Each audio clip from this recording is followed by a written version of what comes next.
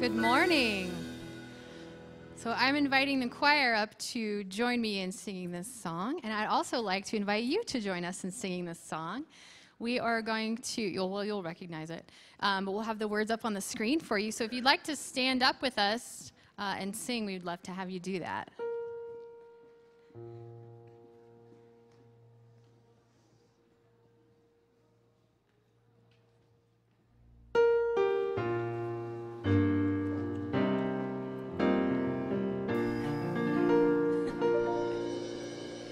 Chestnuts roasting on an open fire, Jack Frost nipping at your nose.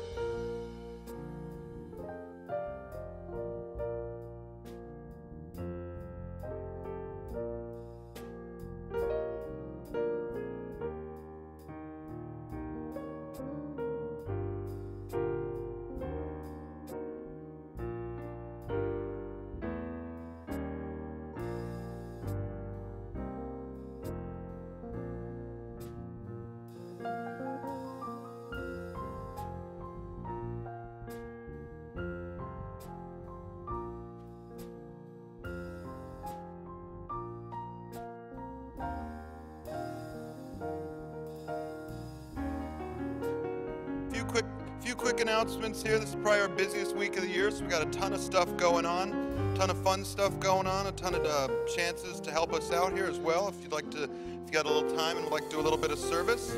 The Christmas show Jack was speaking of, the first show is this Sunday we start our carolers will be on stage at 5:30, and the real service really starts at 6, so come on in early to see some carolers and get some good parking. You can get your tickets out here in the office or in the bookstore. We are also looking for ushers for that if anyone wants to help out. We always have a huge crowd at these shows, so if you'd like to be an usher, it's a great way to help out and see the show. Next week, we are not having a 9 a.m. service on Sunday. We're just having an 11 a.m. service, and then our show's in the evening. And we also are having another show on Christmas Eve at the same time, starting at 5:30. What? But the carolers start at 5:30. See, we made this a little convoluted this year. So the real service starts at 6, but our carolers start singing on stage at 5:30. So come on out for that. We have our annual Native American gift drive going on right now, and it's going to be wrapping up this week. So if you would still like to get a name, there's still names on the tree downstairs of little tags. Grab a tag. It has a name, an age, and a gender on it of who to buy a gift for of a kid. Please grab a tag, bring a gift in, and wrap it. And then just set it on down here by the tree. We also need food. We need 12 turkeys. If anyone would like to donate some 12 to 15 pound turkeys, we can use about 12 of those. There's a list out here in the lobby that talks about all the food that we're still needing. If you see something on there you'd like to bring in, please mark it off and bring it on in. We need everything by Wednesday at 4, and we will actually be wrapping unwrapped stuff in Fellowship Hall Tuesday, Wednesday, and Thursday this week. If you have any time, would like to come in and help us wrap stuff. This Friday, we do have our solstice celebration that is led by Norma. It's this Friday at 8 p.m. It's a drop-in. Anyone can just come on in, where we do singing, drumming, and chanting to celebrate the beginning of winter.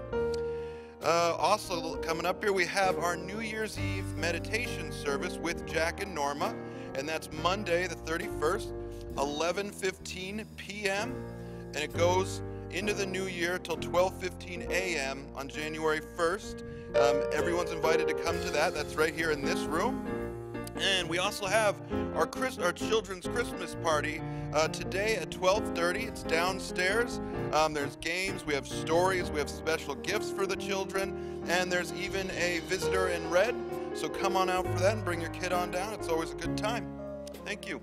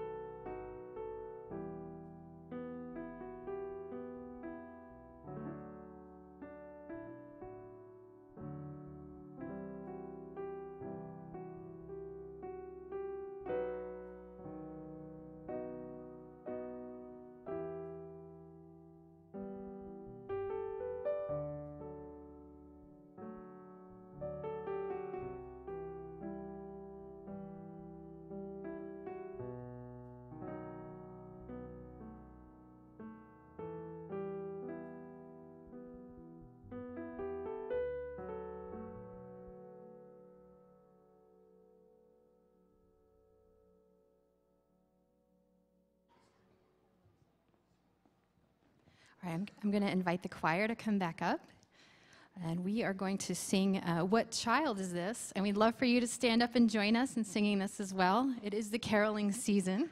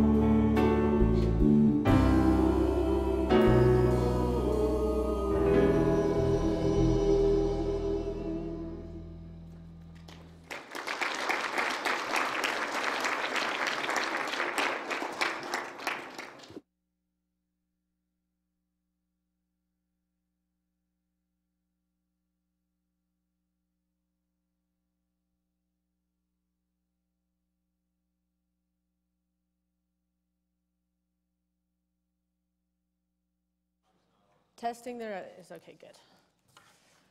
All right, good morning, everyone. Nice to see all your beautiful faces out here today.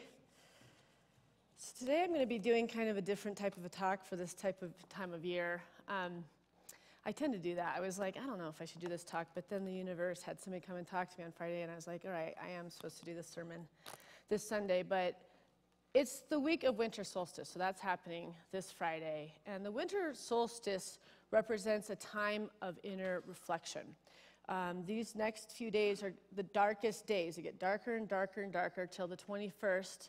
And then as of the 21st, when the solstice happens, it's about the birth of the sun. And so it's about this, as a spiritual process, it's about going into the inner reflections of our souls and of our lives and go inward to face the shadow work, to face the parts of ourselves that still have some limitations or old belief systems that no longer serve us. It's a time to be quieter, to not be out in the world so much. You know, it's like in the summer you see us out in the spring, we're out in the world. This is a time of inner reflection. It's a time to come home, to do a little cleaning house of the spiritual soul and grow the soul. And then when we get to that solstice, the birth of the sun is now we're going to bring this new awakening out into the world.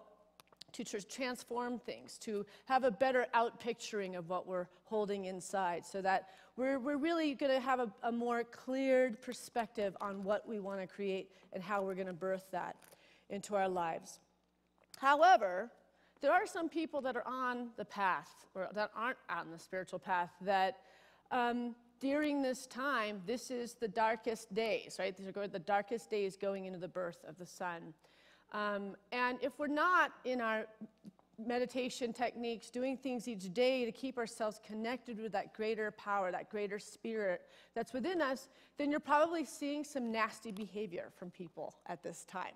So it's an interesting time of year, because here we are, we're almost at Christmas. It should be this jovial, wonderful, puppy dogs and balloons and exciting, and it's magic. And yet you notice really kind of some bad behavior on highways with people, or in lines, people cutting lines in stores, and you just kind of go, why is it that there's kind of an energy right now that doesn't seem so holy? And the truth is because we are in the dark days, so people that are going into that shadow work, that don't know how to bring light into that shadow work, are just exploding out in the world and showing it in an unspiritualized way. I have a friend who gave me a book a while back, and he always gives me great books for sermon stuff. And the book is called Radical Forgiveness, and it's an amazing book that I didn't necessarily think I needed for my personal self, but I thought, I read when I'm on my treadmill and get, ideas for sermons, and I started reading this book, and I realized that it was for me. I still have unhealed areas in my life. Big shocker, right? So I'm finding myself being really touched by this book. I love the authenticity and the honesty, and I don't know if we have any more copies. I think we sold them all at the first service, but we can order them after I talk about this book a lot today. So I want to talk about this, like the dark night of the soul. This is a time of going into the dark night of the soul so that we can reveal the sun by Friday.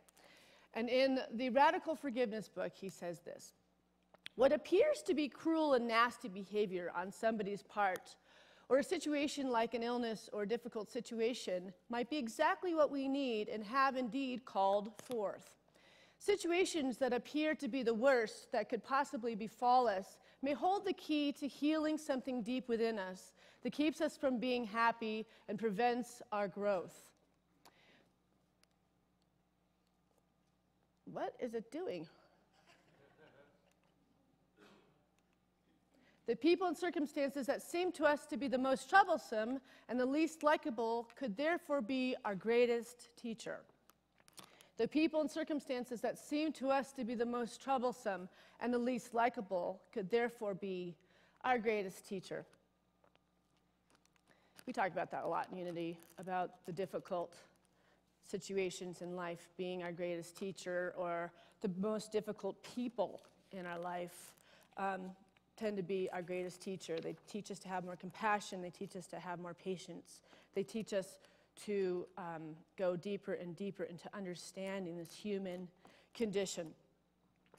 So I got on this topic and wanted to talk about this because 2 weeks ago I was supposed to do the sermon, and I actually didn't. I had to take a day for myself. I had a very busy week with closing up a prosperity class that I had been teaching, and then I have the choir, and I have dancers that I'm choreographing dancing and doing the music for them, and for this big show that we're putting on Christmas Eve.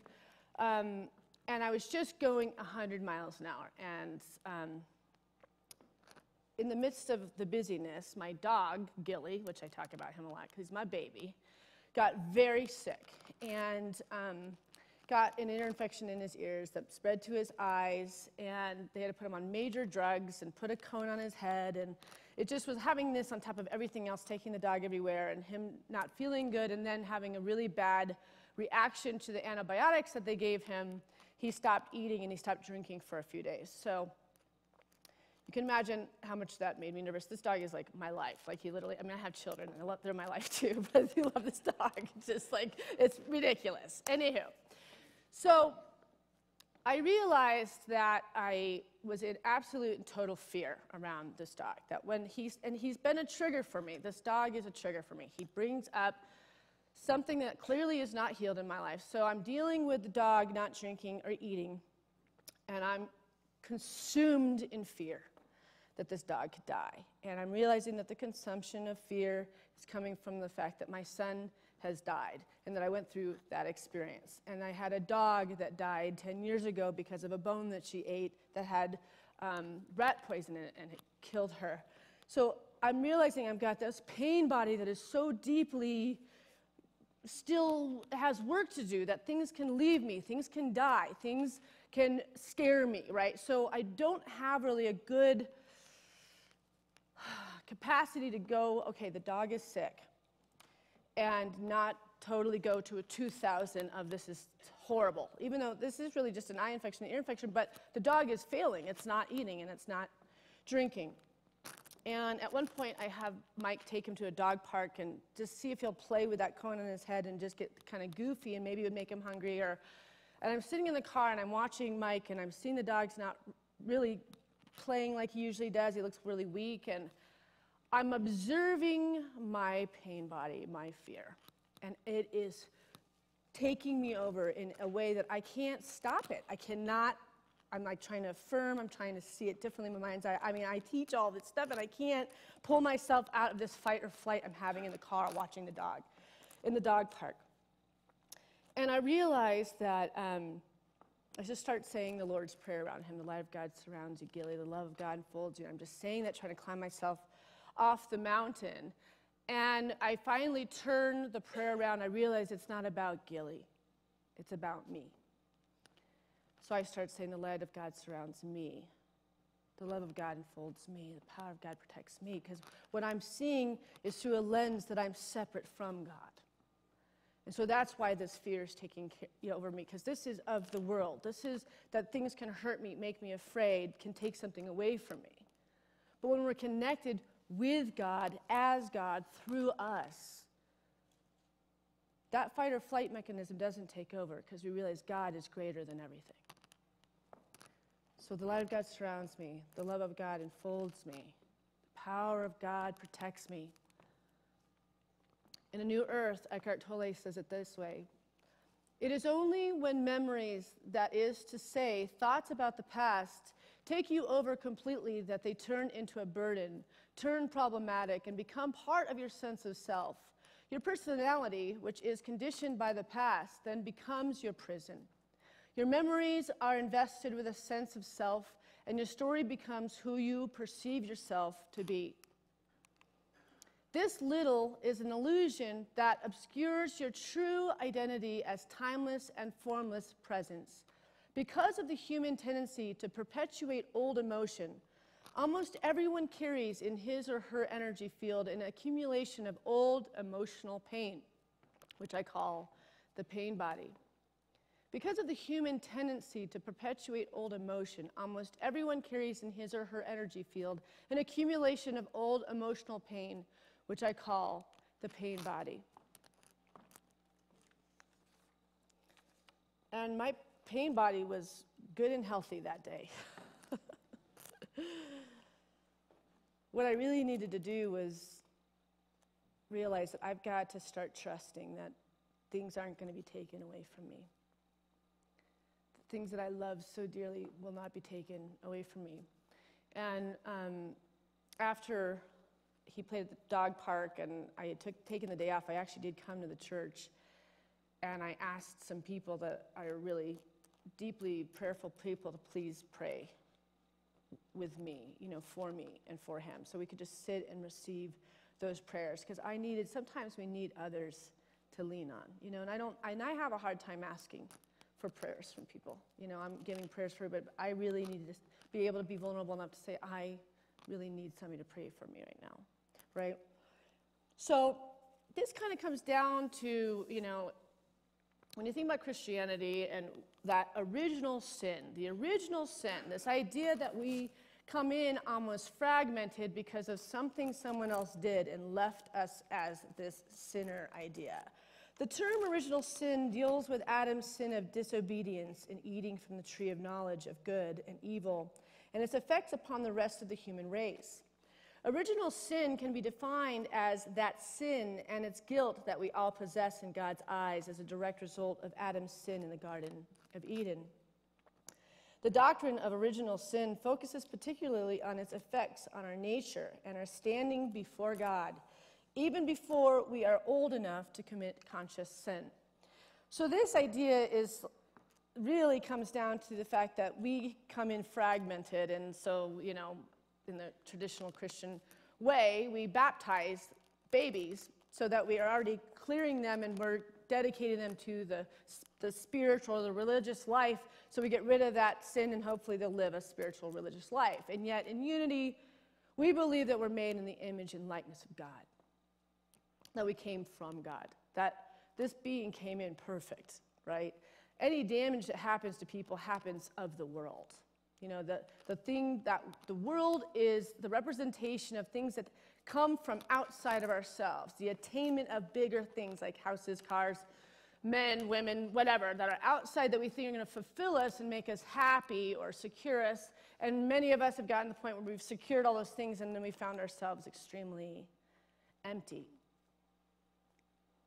Right? So sin and unity, defined in the Metaphysical Bible Dictionary, says it this way. Traditionally, sin has been defined as falling short of perfection. Unity uses an alternate definition, living under a false sense of separation from God. We view this as a delusion because God is, in reality, continuously present with us. This false belief can be overcome through prayer. Living under a false sense of separation from God. When we are feeling alone, unsupported, and don't know which direction to go, then quite honestly, we're probably looking through the lens of us as human beings first, not spiritual beings first.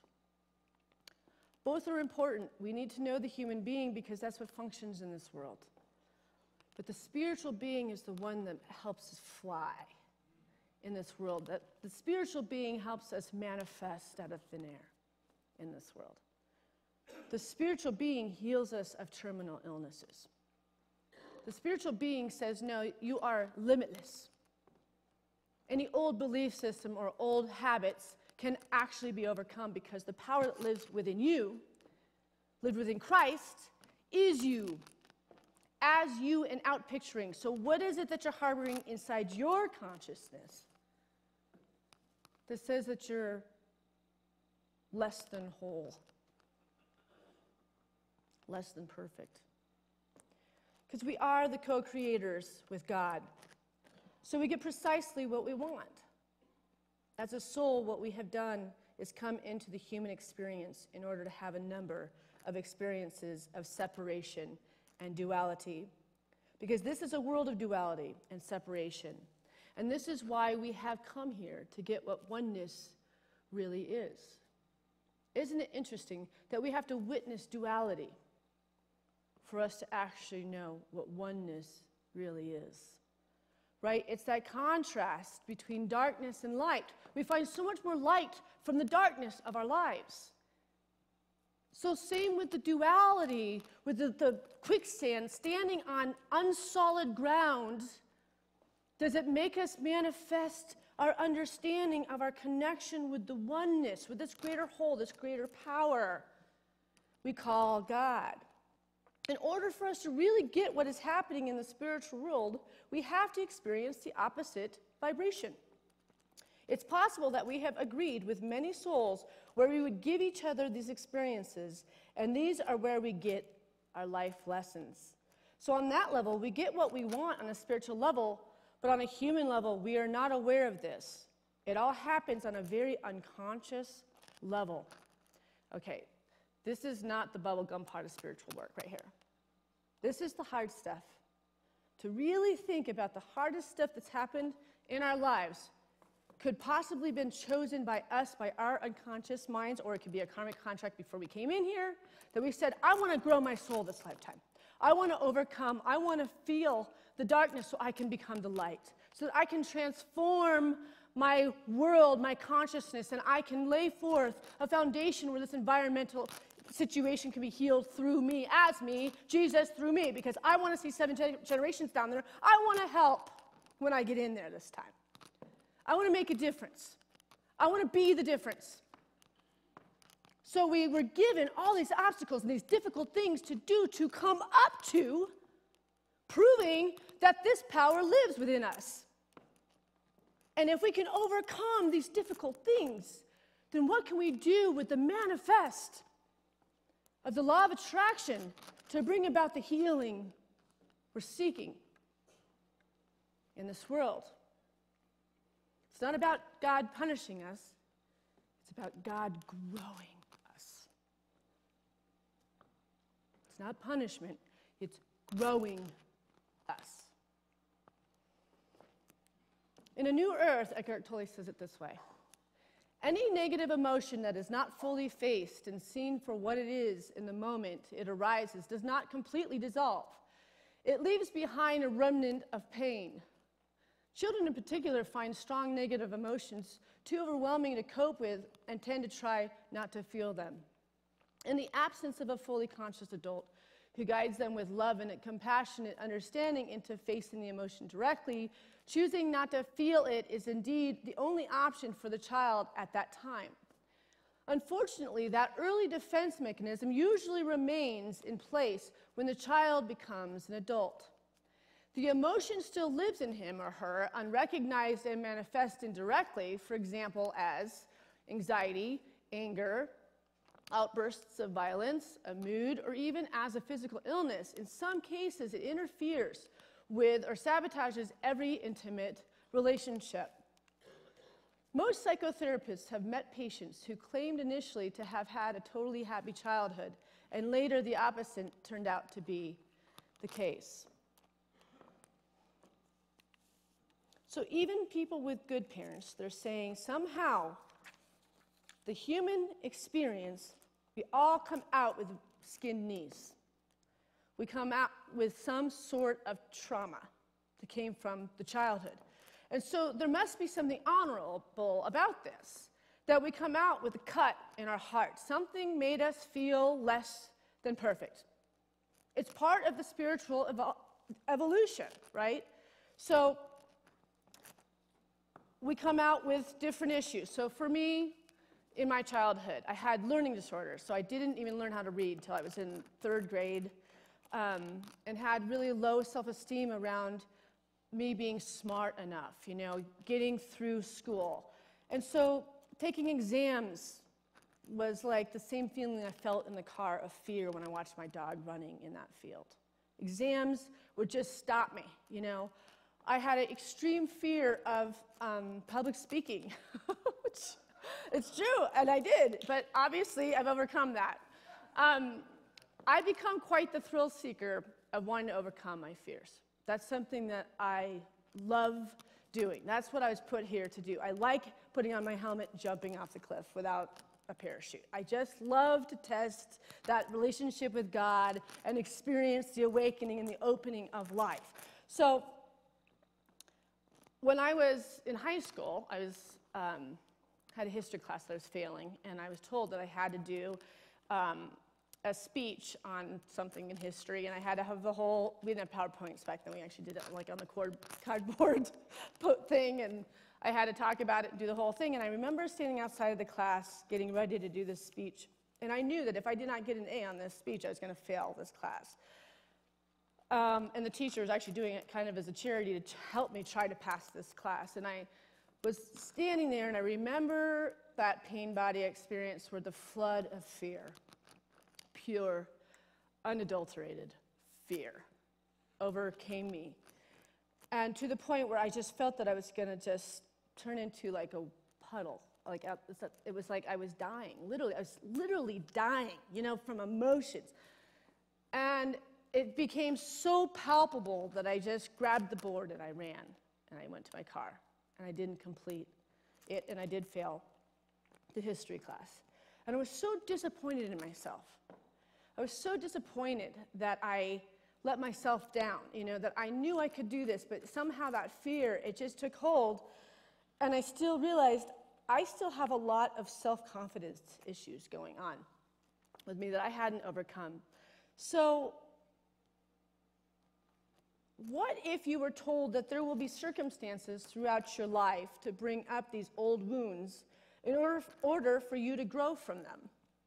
Not from a judgmental God in the sky that wants to torture you, but for you to learn to stop torturing yourself and learn to love yourself as you love God. Right? To the measure that you love God is you loving yourself, because we are God in essence and in outpicturing. And if we don't love ourselves, then we are actually saying that God is not love. Right?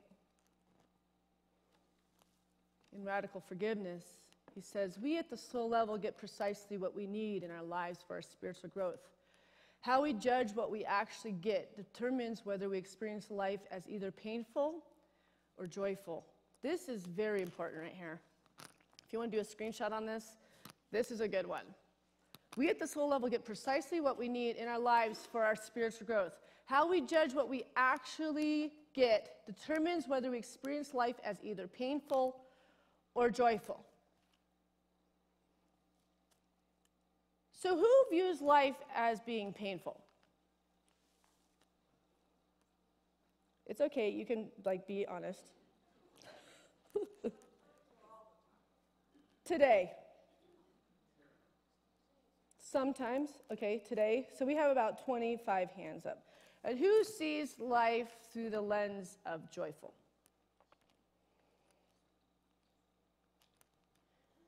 Right, so that's a wonderful thing to see, that it's more people looking through the lens of joyful. And you know that by choosing to look at life through it being joyful, trying to find the default of what joy is, that you're choosing to be a host to God then.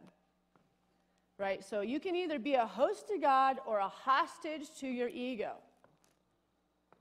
People that look at life as if it's painful and feel victimized by the difficulties hold themselves hostage because they let those stories run their lives, right? For me, that situation with the dog, that was just a temporary little hiccup, right? I just was having a crappy week. It was a hard week. It was a stressed out week. My spiritual ether was just dimmed a little bit. You know, I was blocked because I was too busy. I couldn't take care of myself. I wasn't able to really nurture this being, okay?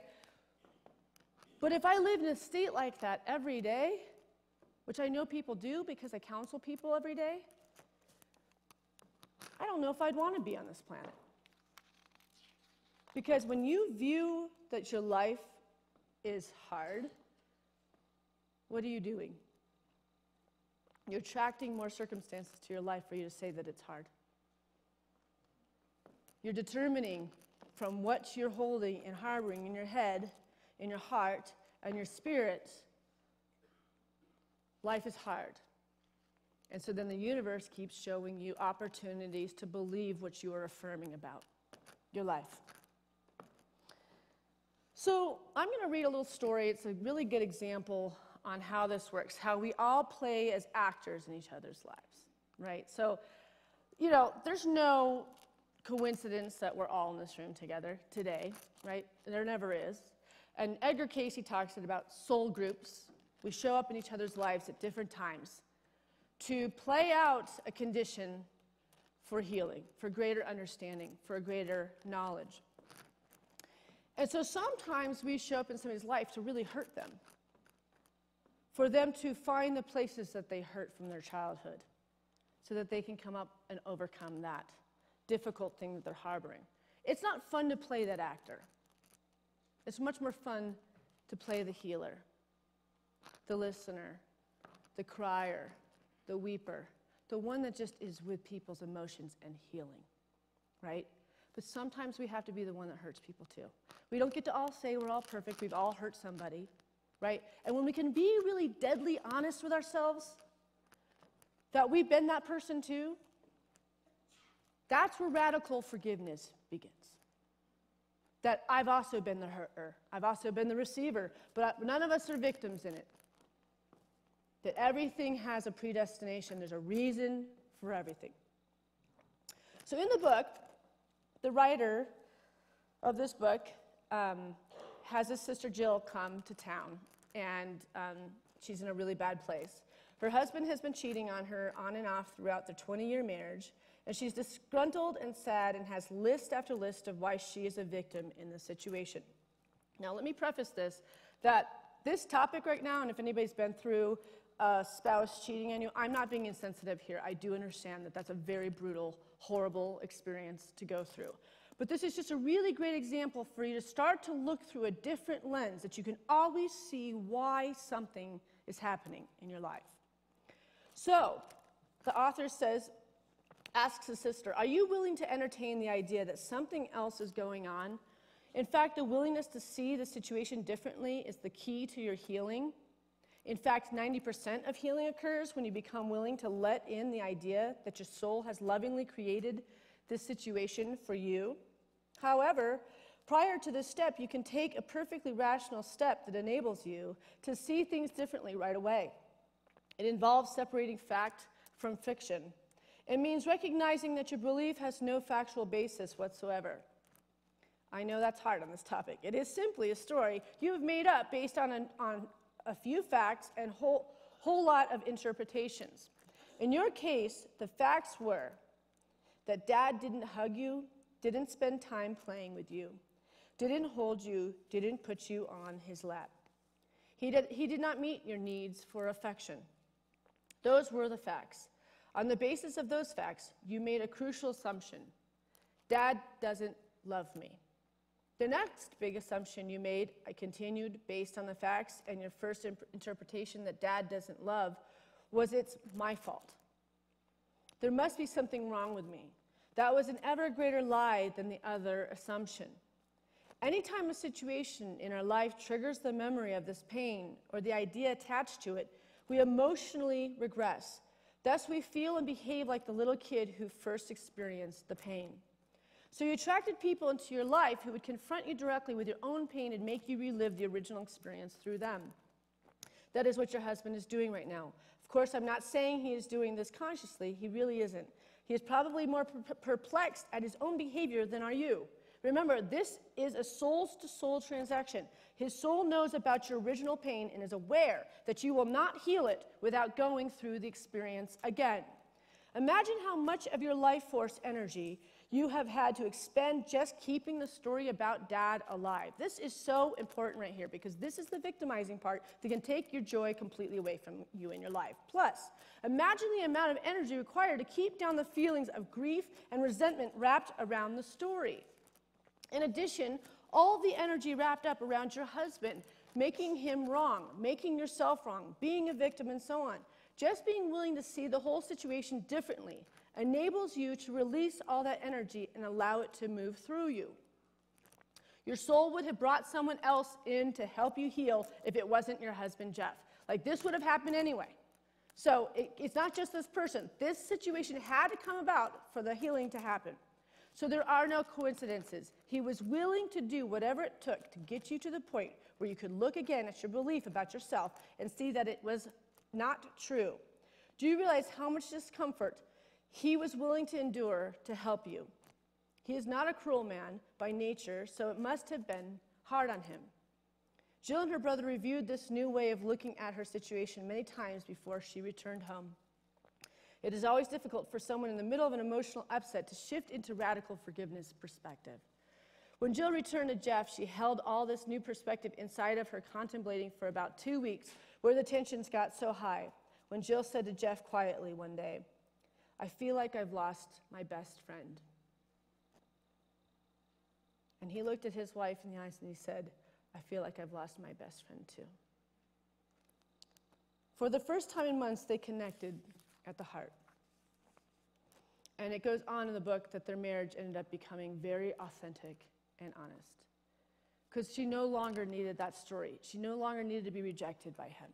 Because she finally now realized that she was lovable, that she was worthy, and that she was holy, and she was worthy of his love. And that's all he ever wanted to do was give her that love. But she was needing to make the story that she's unlovable. Do you see how that's working? How many have done that? How many people have created something to prove that they're not lovable?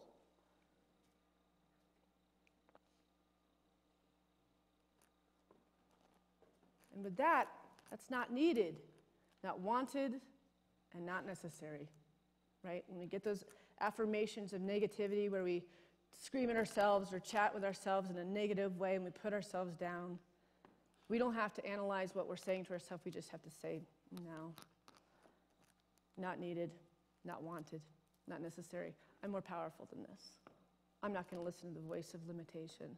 I listen to God through me as the expansion of the power that I am. When we decided to learn and grow by incarnating into the world of humanity, God gave us total free will to live the experiment in any way we chose and to find for ourselves the way back home. Life is not random. It provides for the purposeful unfoldment of our own divine plan, with opportunities to make choices and decisions in every moment. We create our reality through the law of cause and effect. Thoughts are causes that show up in our world as physical effects. Reality is an outplaying of our consciousness. Our world offers a mirror of our beliefs. I'm going to take you into meditation for a few minutes and ask you to close your eyes. Try to find an area where you've been harboring some sort of limited belief or have a person in your life that's difficult and you can't seem to find the answers to that. Just bring any particular, is it a physical thing that's scaring you? Any area where you're not feeling like you're being reflected, your wholeness.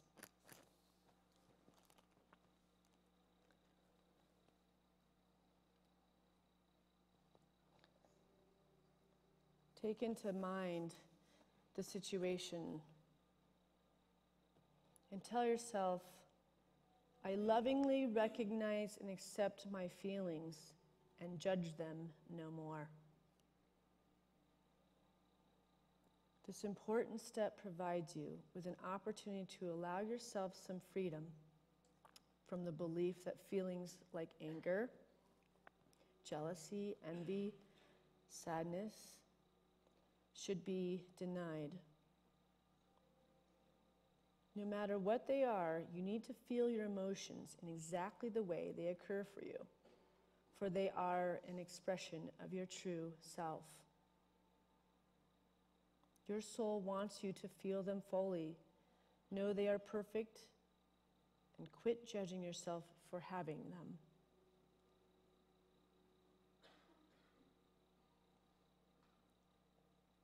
Feel the feeling fully and then identify it as either mad, glad, sad, afraid.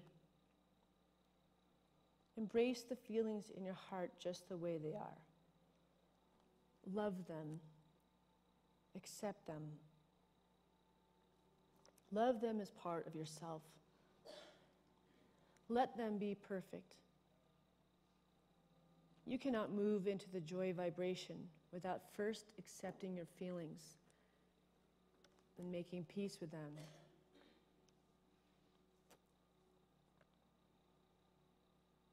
Now feel love for yourself for having these feelings and know you have chosen to feel them as a way of moving your energy towards healing.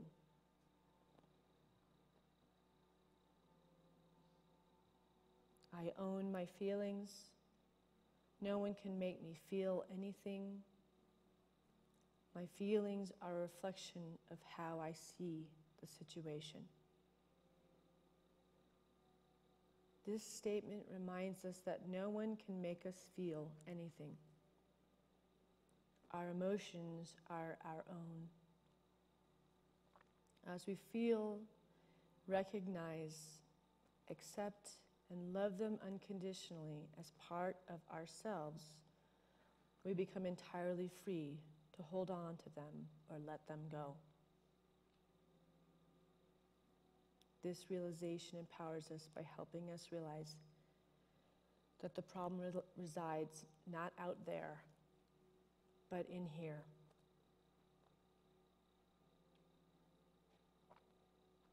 Even though I don't know why or how, I now see that my soul has created this situation in order that I learn and grow.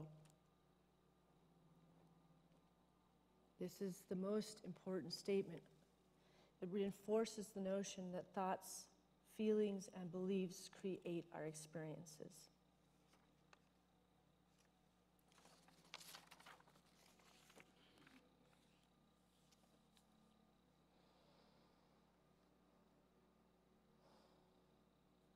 Now, to realize that we can love ourselves and recognize that we are the ones that we are seeking.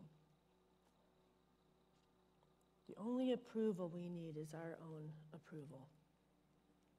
The only love that we are seeking is our own love. And when we see ourselves putting ourselves down, we find a way to affirm our perfection as God's perfect outpicturing. I am loved. I am blessed. I am holy. I am worthy. I am healing. I am the light of God. Amen.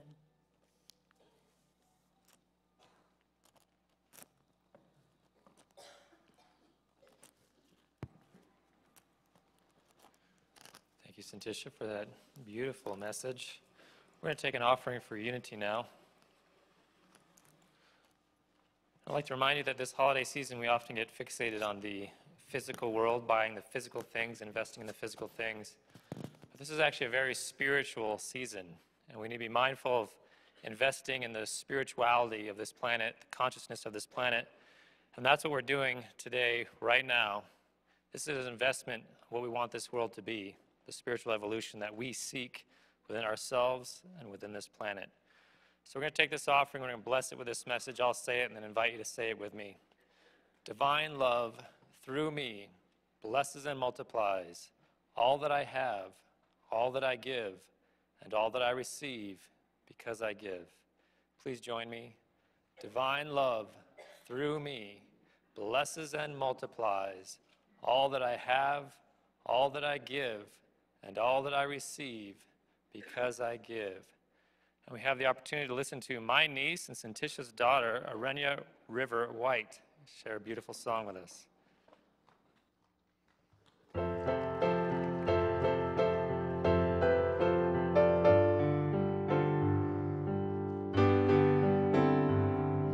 It's coming on Christmas. They're cutting down trees. They're putting up reindeer and singing songs of joy and peace. I wish I had a river I could skate away on.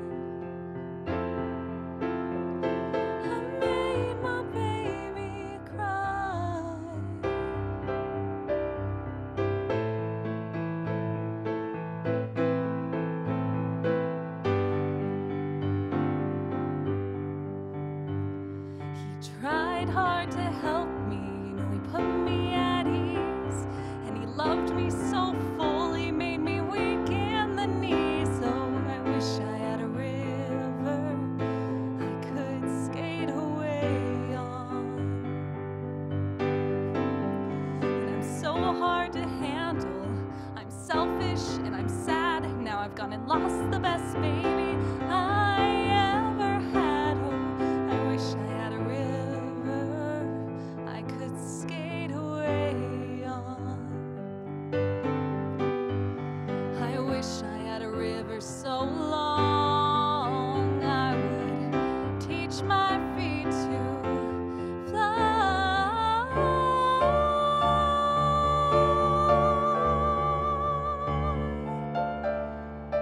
Oh, I wish I had a river I could skate away on. I made my baby say goodbye.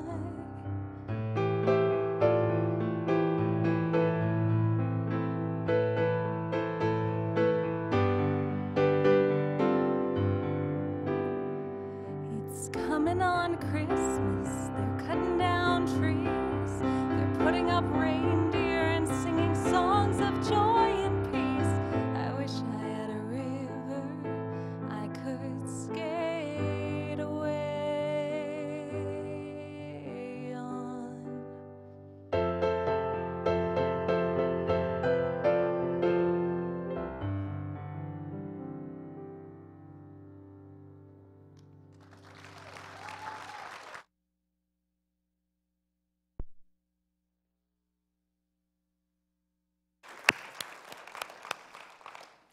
And now we have fellowship out on this side. We've got food and coffee and all the ministers over there if you want to meet us. Over there we also have a bookstore with great gift items, really affordable Christmas stocking stuffers and all sorts of wonderful stuff. So please support Unity's bookstore on this side.